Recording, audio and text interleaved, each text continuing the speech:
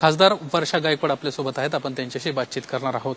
आज अदानीच्या मुद्द्यावर पुन्हा एकदा संसदेमध्ये गदारोळ पाहायला मिळाला. खरं तर संसदेचं काम सध्या अदानी या एकाच मुद्द्यावर बंद होताना पाहायला मिळत आहे. काय तुमची भूमिका आहे विरोधकांची?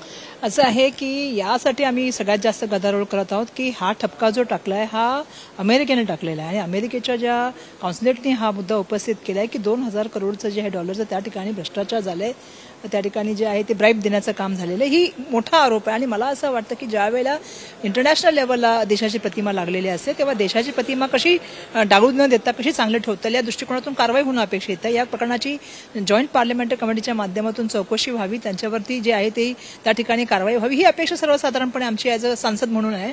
आणि म्हणून आम्ही सातत्याने म्हणतो आहोत की केंद्र सरकार किती कानाडोळा करणार.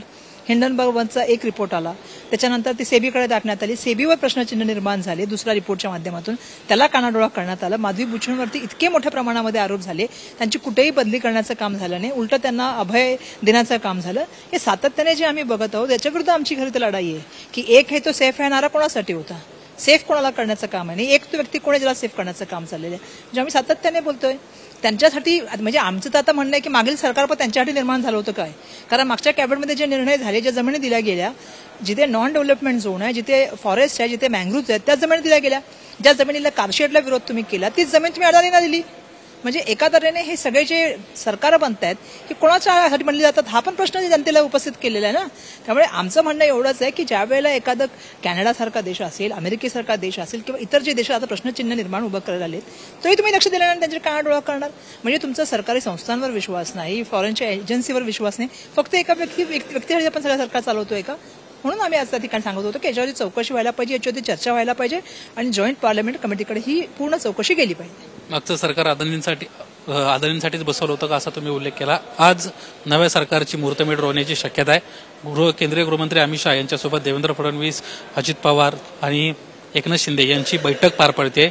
या बैठकीकडे तुम्ही कसं पाहताय आणि पुन्हा एकदा तुमचं या सगळ्या राज्य सरकार आता जे नव्याने येते त्याबद्दल काय म्हणतो? नाही, मागील काळामध्ये तुम्ही निर्णय जर बघितले तर मी त्याचा उल्लेख करून लास्ट कॅबिनेट झाली याच्यामध्ये 80 निर्णय झाले, त्याच्या आदल्या कॅबिनेट झाली, त्या निर्णयामध्ये जमीन देण्याचं काम झालं ना. आज सुद्धा 23ला निकाल लागलाय, आज 28 तारखेला आपण बोलतो, संध्याकाळ झालेली आहे, अजूनही राज्य सरकार निर्माण झालं नाही. ज्यावेळी की बहुमताने मोठ्या प्रमाणामध्ये आमदार निवडून आलेले आहेत त्या पक्षाचे, पण तरी होत नाही.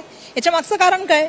आज बहुमताचं तुम्ही मान ठेवत नाही आहात, 14 कोटी जनतेचा तुम्ही महाराष्ट्रातला मान ठेवत नाही आहात आणि म्हणून आमच्यासारख्या सामाजिक कार्यकर्त्याला प्रश्न उपस्थित झालाय. हे सगळं कशासाठी चाललेलं आहे? कोण यामध्ये सगळं हस्तक्षेप करताय?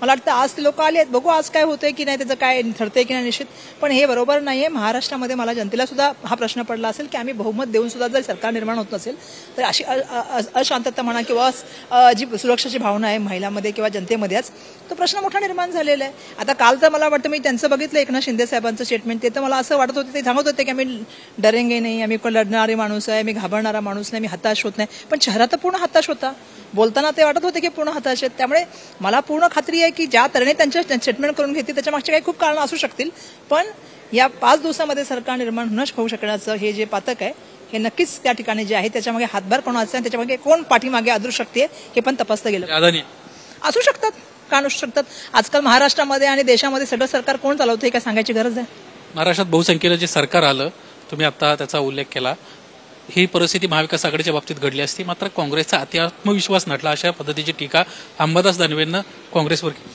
नाही, असं आहे की प्रत्येकाने प्रयत्न केले, ज्याच्यामध्ये त्यांनी सुद्धा प्रयत्न केले, आम्ही प्रयत्न केले, आघाडी म्हणून आम्ही एकत्र लढण्याचा बिलकुल काम केलं. मुंबईच्या बाबतीत बोलायचं झालं तर आम्ही 14 सीटर जिंकलेलो आहोत, आम्ही एकत्रपणे लढलेलो आहोत. कोणाचा अतिपणा नडला हे या विश्लेषणात न जाता आता एकत्रपणे पुढचे कशा गोष्ट करता येईल हा दृष्टिकोनातून गेलं पाहिजे. आता आम्ही बघतो की आमच्याकडे लोकांना दडपवण्याचं काम चालू आहे, दडपण्याचं काम चालू आहे, मोठ्या प्रमाणामध्ये सर्वेच्या नावाखाली त्या ठिकाणी लोक येतात. त्यामुळे एकत्र लढून ही लढाई लढण्याचं काम केलं पाहिजे. जनतेने ज्या ठिकाणी आपल्याला विश्वास दिलेला आहे, जनता आजही विश्वास करते की महाविकास आघाडीचं सरकार आलं असतं तर जनतेने आपल्याला पूर्णपणे जेवढं केली तेवढी मदत केलेली आहे.